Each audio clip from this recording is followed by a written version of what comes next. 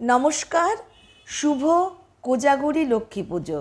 আজকের দিনটা আপনাদের সবার খুব ভালো কাটুক, আনন্দে কাটুক, ভক্তি ভরে মায়ের পুজো করুন।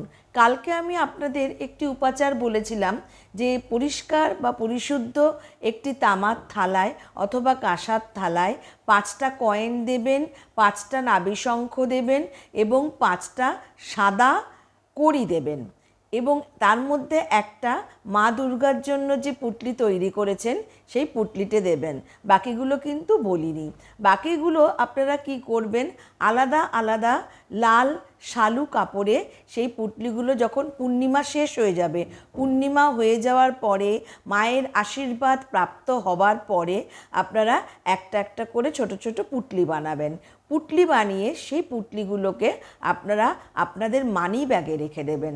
দেখবেন আপনারা সারাটা বছর পরীক্ষা করে দেখবেন যে ওই মানি ব্যাগে আপনারা যেটা রাখছেন ভক্তি ভরে, শ্রদ্ধা ভরে মা লক্ষ্মীকে জানিয়ে রাখবেন, জয় মা লক্ষ্মী, জয় মা লক্ষ্মী, জয় মা লক্ষ্মী বলে আপনারা রাখবেন এবং বলবেন যে মা আমার এই ব্যাগে যেন কোনো দিন অর্থের কোনো অভাব হয় না।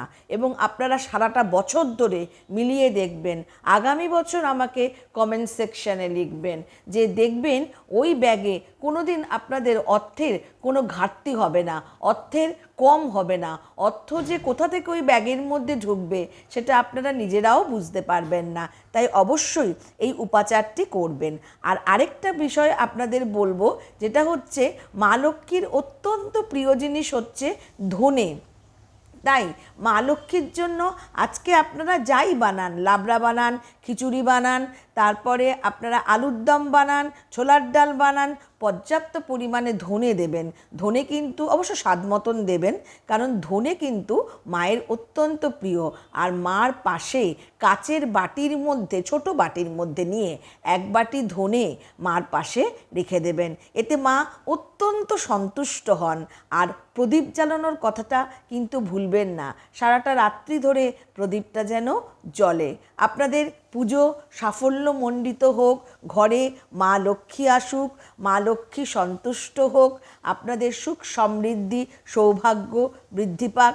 আমিও করব এই সমস্ত উপাচারগুলো এবং এতে আপনারা সুস্থ থাকবেন, ভালো থাকবেন, মানসিক শান্তি থাকবে। নমস্কার।